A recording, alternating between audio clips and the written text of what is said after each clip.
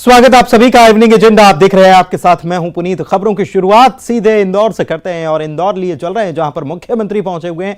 CM Shivraj Singh Chauhan पहुंचे हुए तिरंगा यात्रा और सीधी तस्वीर आपको हम दिखा रहे हैं। बोहरा समाज के लोग भी यहां पर बड़ी संख्या में जुटे हुए हैं, हाथों में तिरंगा लेकर तिरंगे की आन बान शान के लिए तिरंगा यात्रा ये निकाली जा रही है। और झंडा ऊंचा रहे हमारा, विजयी विश्व तिरंगा प्यारा झंडा ऊंचा रहे हमारा, ये लगातार यहां लोगों के बीच देशभक्ति का जज्बा और ये गीत उनकी जुबान पर। राज मोहल्ला से राजवाड़ा तक ये तिरंगा यात्रा निकाली गई है, जिसमें प्रभारी बीजेपी के मुरलीधर राव भी तिरंगा यात्रा में शामिल हुए हैं। स्कूल के छोटे छोटे बच्चे भी यहां पर आप देख सकते हैं तिरंगा लेकर पहुंचे हुए हैं। सुरक्षा के लिए भारी पुलिस बल की भी तैनाती की गई है और इंदौर में बोहरा समाज जो है वो भी बड़ी संख्या में, तो बोहरा समाज के लोग भी आप तस्वीरों में देख रहे थे कि वहां बोहरा समाज के लोग भी बड़ी संख्या में पहुंचे हुए हैं और पूरा माहौल जो है वो भक्तिमय, देशभक्ति के रंग में रंगा हुआ। देश भर में हर घर तिरंगा अभियान के तहत ये तिरंगा यात्रा देश मना रहा है आजादी का अमृत महोत्सव। प्रधानमंत्री की अपील पर देश भर में तिरंगा यात्रा निकाली जा रही है। हाथों में तिरंगा लेकर देशभक्ति गीतों पर लोग झूमते हुए नजर आ रहे हैं। बच्चों ने अमृत महोत्सव को सेलिब्रेट किया तिरंगा लेकर। विजयी विश्व तिरंगा प्यारा झंडा ऊंचा रहे हमारा, हर घर तिरंगा लहराना है, शान से आन से बान से अमृत महोत्सव मनाना है। इंदौर में बच्चों के साथ मुख्यमंत्री भी तिरंगा यात्रा में शामिल हैं। देशभक्ति का जोश बच्चों में भी लबालब नजर आ रहा है। देख सकते हैं ये सीधी तस्वीर इंदौर से राज मोहल्ला से राजवाड़ा तक ये तिरंगा यात्रा निकल रही है।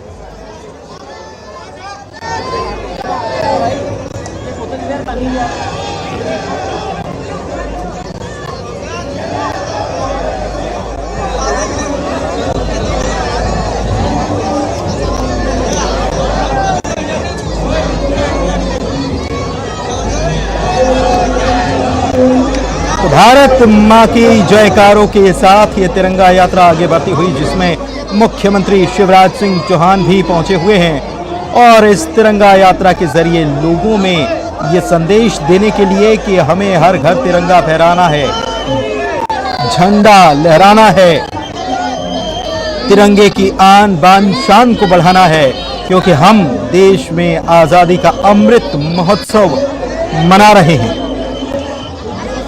वो अमृत महोत्सव जिसमें हमारे देश को आज़ाद हुए 75 साल हो चुके हैं और इसीलिए इस मौके पर जश्न भी बनता है।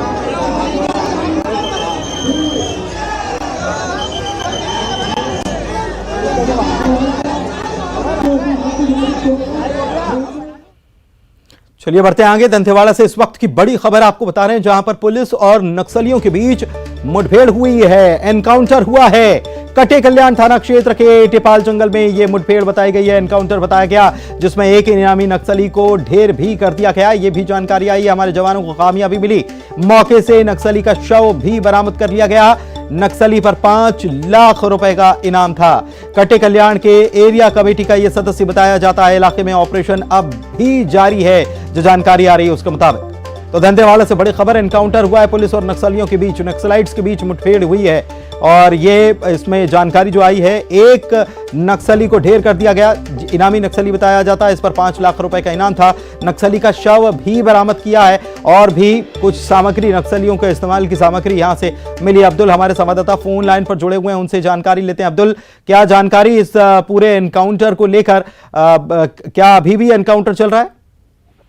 जी हाँ, दंतेवाड़ा पुलिस को एक बड़ी सफलता हाथ मिली। हालांकि 5 लाख के इनामी नक्सली को मुठभेड़ में मार गिरा है और अभी ऑपरेशन जारी है। यहाँ पर बता दूं कि करीब 1 घंटा चली मुठभेड़ नक्सली और पुलिस के बीच। उसके बाद नक्सली जंगलों की आड़ लेकर भाग निकले। हालांकि रुक कर अभी भी फायरिंग कर रहे हैं और जब स्पॉट की यहाँ पर सर्चिंग की गई तो एक नक्सली का डेड बॉडी यहाँ पर मिला है। बताया जा रहा है इस पर 5 लाख का इनाम घोषित था और यह कटे कल्याण एरिया थाना क्षेत्र में सक्रिय रूप से सतत था। और बहुत शुक्रिया आपका इस जानकारी के लिए। तो अभी भी रुक रुक कर फायरिंग हो रही है, लेकिन एक बड़ी कामयाबी, 5 लाख के इनामी नक्सली को ढेर कर दिया गया इस एनकाउंटर में। बड़ी खबर की बात करते हैं धार से। बड़ी खबर जहां पर कारम डैम बांध में लीकेज होने के मामला सामने आया और बांध से लगातार पानी बह रहा है। इस मामले पर प्रशासन और जल संसाधन विभाग के आला अधिकारी मौके पर ही मौजूद हैं और पानी के लीकेज को रोकने के लिए तमाम तरीके के प्रयास किए जा रहे हैं। युद्ध स्तर पर मरम्मत का काम चल रहा है। राजस्व विभाग ने बांध के निचले क्षेत्र में बसे गांवों को बाकायदा अलर्ट जारी कर दिया है। वहां से गांवों को खाली कराने का काम लगातार किया जा रहा था। आसपास के सभी गांवों को खाली कराया जा रहा है। अब तक निचले इलाकों के 11 गांव खाली कराए जा चुके हैं। ग्रामीणों को स्कूल और बाकी सुरक्षित भवनों पर पहुंचाने के लिए काम तेजी से चल रहा है। इसके साथ ही मुंबई आगरा राजमार्ग भी बंद कर दिया गया। बहुत नजदीक है, तत्काल पानी सबसे पहले आपके पास आएगा। तो धार से इस वक्त की बड़ी खबर आपको यह बता रहे हैं कि कारम डैम में मरम्मत का काम युद्ध स्तर पर चल रहा है। पानी निकासी के लिए डैम के बगल से एक रास्ता भी बनाया जा रहा है। मंत्री तुलसी सिलावट मौके पर मौजूद हैं। मंत्री राजवर्धन सिंह दत्तीगांव भी मौके पर ही हैं। तुलसी सिलावट ने जांच के लिए 5 सदस्यीय समिति भी बना दी है और शुरुआती जांच में ठेकेदार की लापरवाही सामने आ गई है। शुरुआती जांच में ही ठेकेदार की लापरवाही सामने आई। जल संसाधन मंत्री ने न्यूज 18 से खास बातचीत की, कहा कि स्थिति नियंत्रण में है। सीएम शिवराज सिंह चौहान लगातार उनके संपर्क में बने हुए हैं। दोषियों पर कड़ी कार्रवाई करेंगे, ये मंत्री जी कह रहे हैं। आपको यह भी बता दें कि इसी पूरे मामले को लेकर एक वीडियो भी वायरल है और इसमें यह कहा गया है कि एक शख्स ने बार बार अधिकारियों से, जिम्मेदारों से शिकायत की थी, तब संज्ञान नहीं लिया गया। जब यह मामला सामने आया, मंत्री कह रहे हैं कि शुरुआती जांच में ही ठेकेदार की लापरवाही उन्होंने पाली।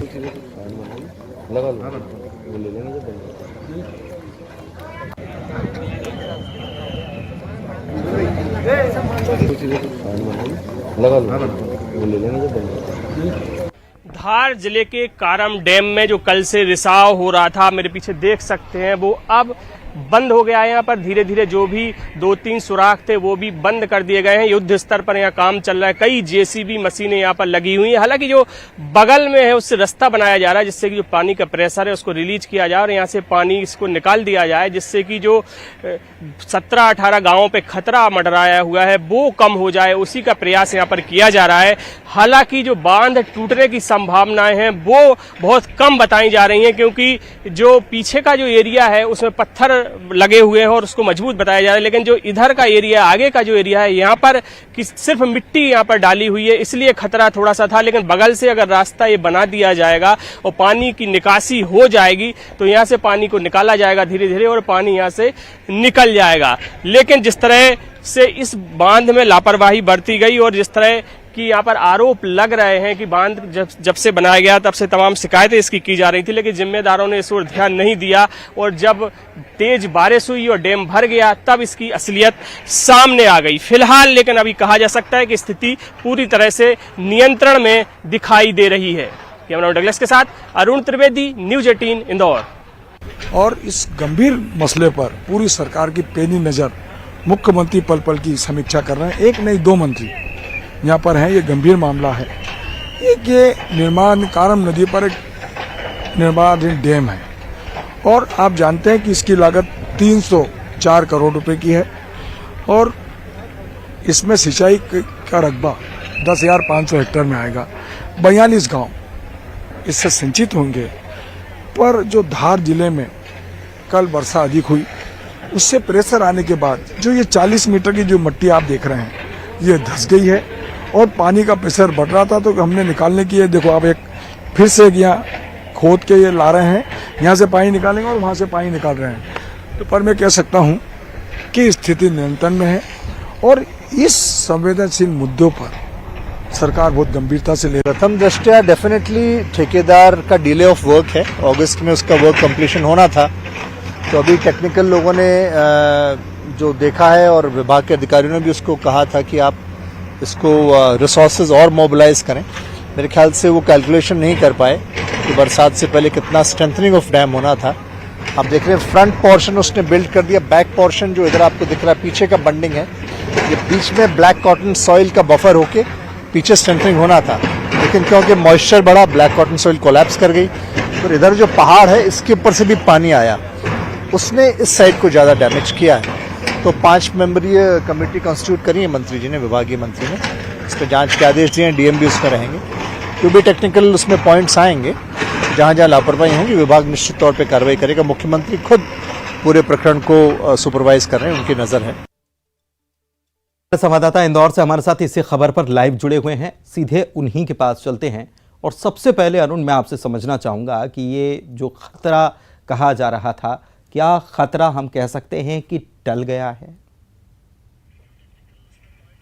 देखिए, जल संसाधन मंत्री और उद्योग मंत्री राज्यवर्धन सिंह और तुलसी सिलावट दोनों लोग तो यही कह रहे हैं कि फिलहाल खतरा टल गया है, क्योंकि बगल में जो है डैम के बगल से पहाड़ को काटकर एक पानी निकासी के लिए रास्ता बनाया जा रहा है, जिससे पानी को निकाल दिया जाएगा और डैम का जो प्रेशर है पानी का वो कम हो जाएगा, जिससे डैम के फूटने और बहने का खतरा है वो कम हो जाएगा और धीरे धीरे पानी निकालेंगे, जिससे कि गांव में भी जो पानी है वो ना भरे। और जो 10-11 गांव है उसको एहतियातन हालांकि खाली करा लिया गया है, लेकिन अभी कार्य चल रहा है। पॉकलैंड मशीनें और जेसीबी की मशीनें उस रास्ते को बनाने में लगी हुई है जहां से ये पानी को निकाला जाएगा और डैम का जब प्रेशर कम हो जाएगा तब ये माना जाएगा कि अब खतरा टल गया है। तो ये भी काम युद्ध स्तर पर जारी है। दोनों मंत्री डैम पर ही मौजूद हैं और मेरे साथ मेरे जो सहयोगी हैं, अपने जो सहयोगी न्यूज 18 के संवाददाता हैं नवीन मेहर, वो लगातार इस पर नजर बनाए हुए हैं सुबह से। हम उनसे ही जान लेते। क्या बताइए नवीन, क्या हुआ सुबह से?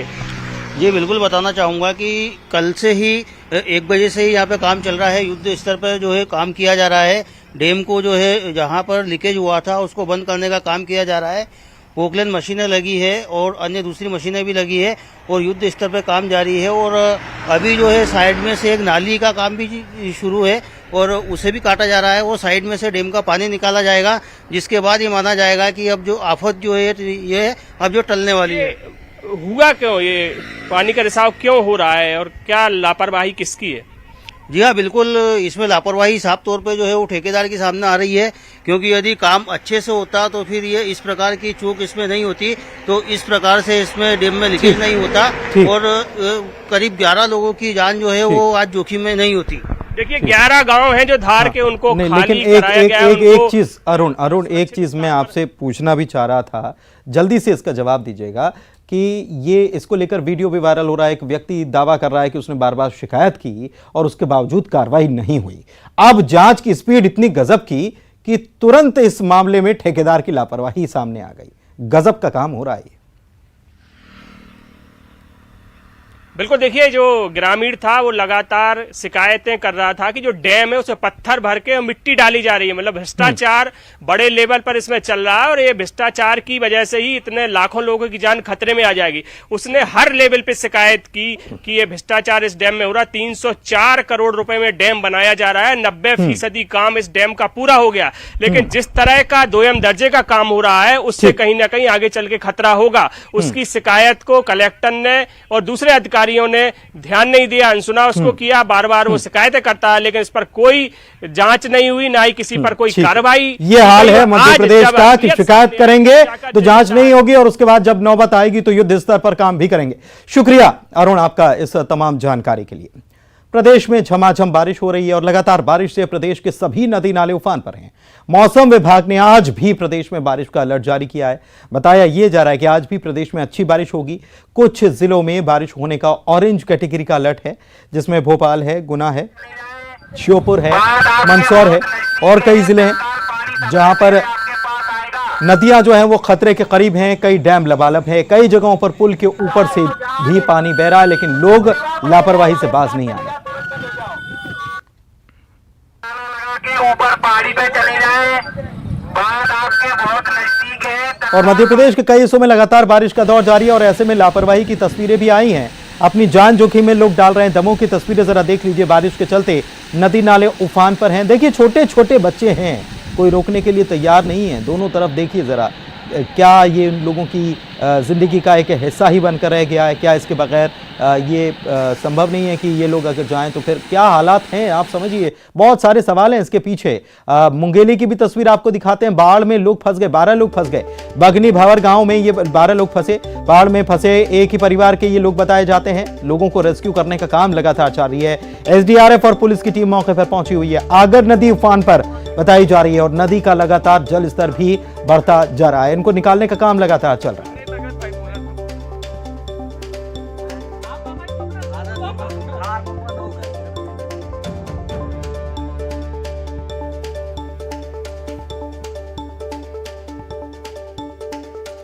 और हमारे साथ हमारे सहयोगी हमारे साथ कुछ ही देर में जुड़ने वाले हैं, उनसे भी जानकारी लेंगे कि क्या हालात हैं। जुड़ चुके हैं इस वक्त, क्योंकि अलग अलग जगहों से तस्वीरें हम आपको दिखा रहे हैं और बाढ़ के हालात कैसे हैं, कैसे निपटने के इंतजाम हैं, क्या स्थितियों से लोगों को सामना करना पड़ रहा है, इनकी सबकी जानकारी लेते हैं। राजीव रावत टीकमगढ़ से हमारे सहयोगी जुड़े हुए हैं, दीपक दंडोतिया श्योपुर से जुड़े हुए हैं, श्योपुर के हालात ठीक नहीं है, और प्रशांत शर्मा मुंगेली से हमारे संवाददाता जुड़े हुए हैं। सबसे पहले मैं राजीव आपके पास आता हूं, क्या स्थिति है, क्या हालात हैं बारिश के बाद, क्योंकि कई जगहों से खबरें आ रही हैं कि वहां डैम फुल ओवरफ्लो हो चुके हैं, गेट खोलने पड़े हैं, पुल पुलिया के ऊपर से पानी बह रहा है, लोग परेशान हैं।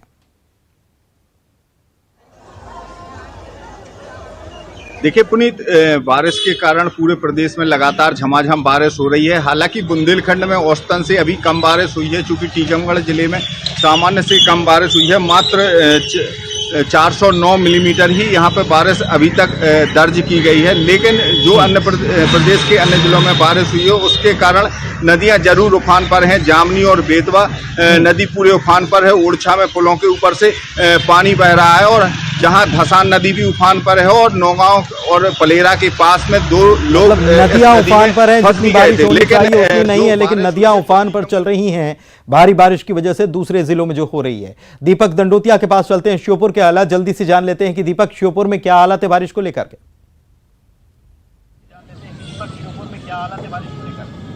जी बिल्कुल पिंड, जहां तक श्योपुर के हालातों की बात करें तो पार्वती नदी का में उफान का दौर जारी है। बीते रात से ही नदी पर उफान पर है। इस वजह से श्योपुर का कोटा, खतौली सहित कई शहरों से संपर्क कट गया है। जिले का जो सुंडी गांव है टापू बना हुआ है। गांव में करीब 500 के करीब लोग फंसे हुए हैं। हालांकि ये सुंडी गांव के लिए नई बात नहीं है, क्योंकि हर साल बारिश के सीजन में यही हालातों का सामना ग्रामीणों को करना पड़ता है। नदी का जलस्तर लगातार बढ़ रहा है, इसे लेकर के प्रशासन ने मौके पर एक मोटर बोट तैनात कर दी है, और ठीक है, हालात अभी काबू में है, ऐसी कोई स्थिति नहीं है, और लगातार प्रशासन की भी इस पर नजर है। चलिए, प्रशासन की नजर बनी हुई है। प्रशांत से जान लेते हैं, मुंगेली से। प्रशांत, अभी हमने खबर दिखाई कि 12 लोग एक परिवार के फंस गए थे, क्या सभी का रेस्क्यू कर लिया गया? जी पुनीत, मैं बता दूं कि लगातार बारिश से कहर जो है मुंगेली जिले में भी देखने को मिल रहा है, और लगातार बाढ़ के हालात बने हुए हैं। आगर नदी का जल स्तर काफी तेजी से बढ़ा है, और कल से मैं बता दूं कि जिस तरह सिंगनपुरी, कुकुरहट्टा, लगरा, खपरी गांव में पानी घुस गया था, उसके बाद आज सुबह सूरी घाट में वैसी ही स्थिति देखने को मिली थी, जहां से जिला प्रशासन ने 5 परिवार के लोगों को रेस्क्यू कर बाहर निकाला था और उन्हें सुरक्षित स्थान पर पहुंचाया था। उन्हें सुरक्षित स्थान पर पहुंचा दिया। बहुत शुक्रिया आप तीनों का हमारे साथ इस जुड़ने के लिए और इस जानकारी